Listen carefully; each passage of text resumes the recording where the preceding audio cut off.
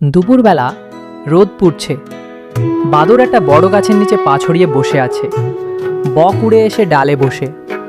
বাদর দাঁত বের করে হাই দিয়ে, উফ আহা জীবন, গাছ, ছায়া, ঠান্ডা হাওয়া, আরাম না করলে বাঁচবো কিভাবে বলতো?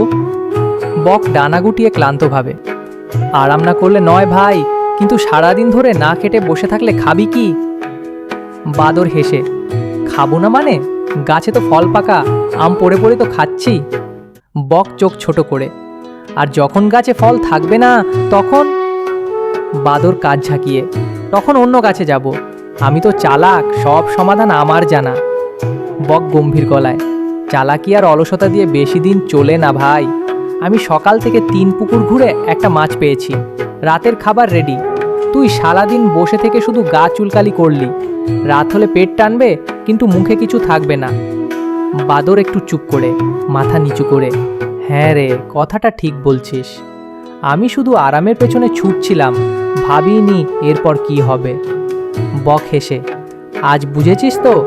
তাই বলছি ভাই, পরিশ্রম ছাড়া কিছুই টেকে না। জীবন মানে শুধু ছায়া না, ছায়ার নিচে রোজগার করাটাই আসল।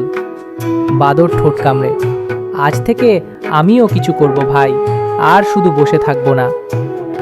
শেষ কথা বকের কণ্ঠে। অলস যারা, তারা পরে কাঁদে, যারা খাটে তারাই খায় শেখে যেতে।